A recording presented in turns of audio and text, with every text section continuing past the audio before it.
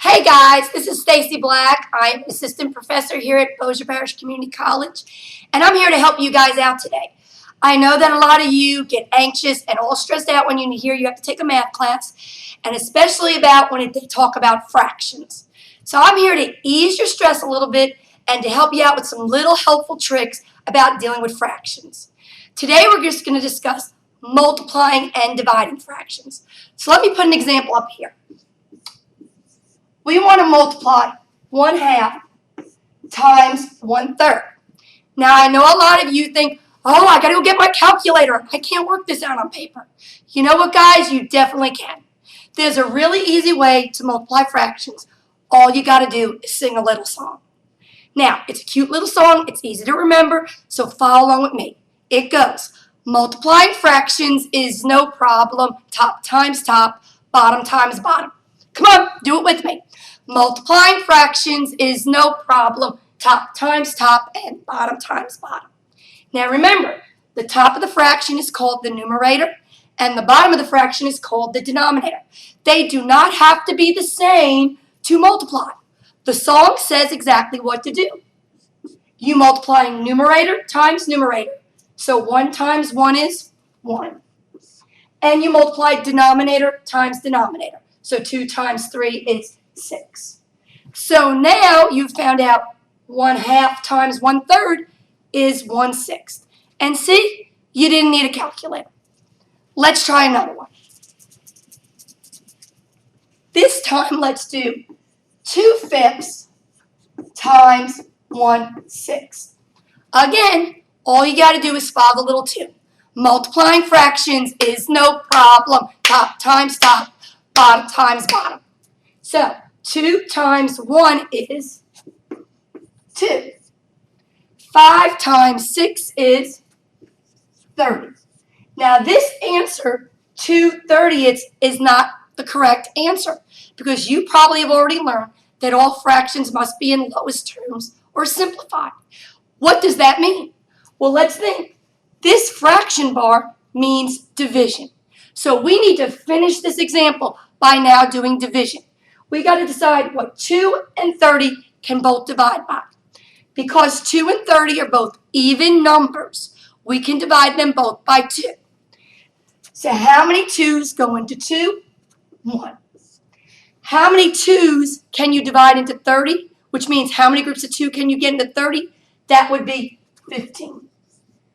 So that product, the answer when you multiply, is 1/15. Any questions? Great. Let's move on to our third example. Let's try one with the big numbers. That's the one that makes you all get nervous. Let's do 25 over 48 times 12 over 10. Now, that is a problem because look at what they're asking you to multiply. If you follow the song, multiplying fractions is no problem. Top times top, bottom times bottom. That's some really big numbers to multiply without a calculator. But we're going to fix this. This symbol means multiplication, and we just said these fraction bars mean to do division. From what you should have learned in school, multiplication and division are equal. Think of that as mom and dad, multiply and divide. So mom and dad are equal, which means it doesn't matter which operation you do first. So instead of multiplying top times top and bottom times bottom, we're going to do the division part first. So we're going to see if we can do any dividing. Can we divide 25 and 48 by the same value? No. Can we divide 12 and 10 by the same value? Sure we can. What they have in common, because they're both even numbers, is we could divide by 2. So how many groups of 2 are in 12? 6. How many groups of 2 are in 10? 5. Now, we are not done dividing yet, because not only can you divide up and down, you can divide, reduce diagonally. That's what you all have heard is called cross-canceling. And if you look, 25 and 5 can both be reduced or divided. They can both be divided by 5. So how many 5's are in 25? That would be 5. How many 5's are in 5? That would be 1. We could do the same thing with 6 and 48. As long as one number is in the numerator and one number is in the denominator, we can reduce or divide. 6 and 48 can both be divided by 6. How many 6's divide into 6? 1. How many 6's divide into 48? 8. So far, so good? Now, if we follow our little tune, multiplying fractions is no problem. Top times top, bottom times bottom. Look what happens. 5 times 1 is 5.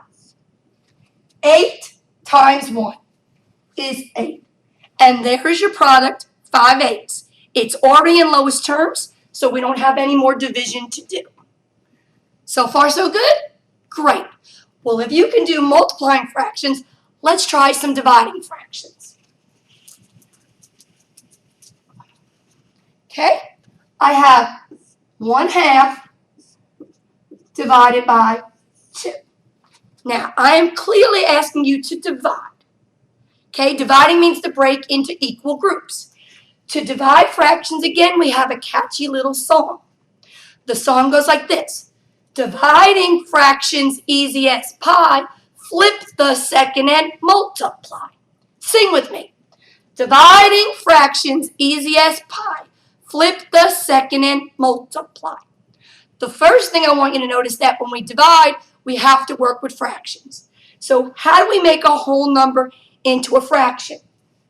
Well, we draw the division bar, and then we put a denominator 1, because 2 divided by 1 is still 2.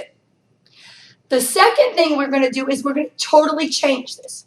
You can't divide by fractions. You automatically always change every division into multiplication. So the song says you're going to change this by multiplication by flipping the second fraction. Now that's a slang word, flip. Flip really means the reciprocal. So we're going to rewrite this. So every time you have a division with fractions, you're going to rewrite it. You're going to leave the first fraction. You're going to change division into multiplication. And then you're going to do the reciprocal, flip the second fraction. All the reciprocal means is changing the locations of these numbers. The denominator becomes the numerator. The numerator becomes the denominator. Now we're back to where we started today. So sing with me again. Multiplying fractions is no problem. Top times top, bottom times bottom. So we go. 1 times 1 is 1. 2 times 2 is 4. And our result is 1/4. Now think about this for a minute. If you had $50, which was 50 cents, and you divided that among 2 people, what would each person get? 1/4, which is 1/4.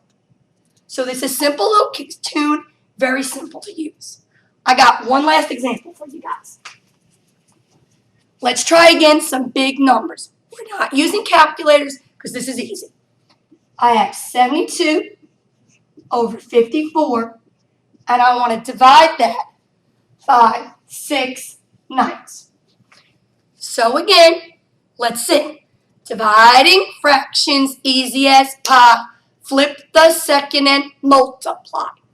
So we rewrite the first fraction.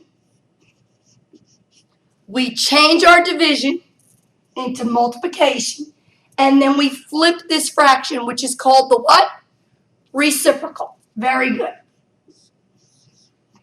Now we have multiplying fractions is no problem. Top times top, bottom times bottom.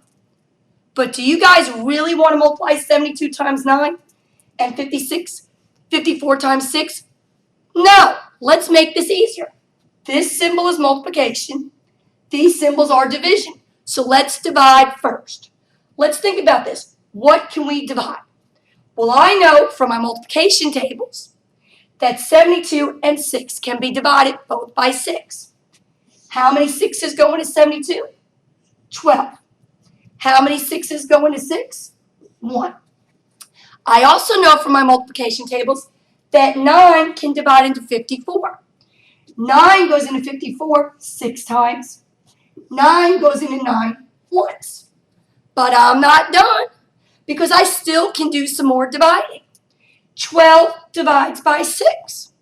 So if you could do all your dividing first, then it'd be a lot easier to do the multiplying at the end. 12 and 6 can both be divided by 6, which is the greatest common factor. Remember, when you do division, you always want to use the largest number. So 12 divides by 6 twice. 6 divides by 6 once. So now if you look very closely, look what you have to multiply. 2 times 1 is 2. 1 times 1 is 1. And my last little hint is this. When you leave your final answer as a fraction, just remember it's got to be completely simplified or reduced. This is unacceptable because 2 divided into one group is the whole number 2. So if the answer is a whole number, you need to write it as a whole number. Well, guys, I hope you learned that fractions do not have to be so stressful, and I hope this helps you out in your future classes. Have a great day. Thank you.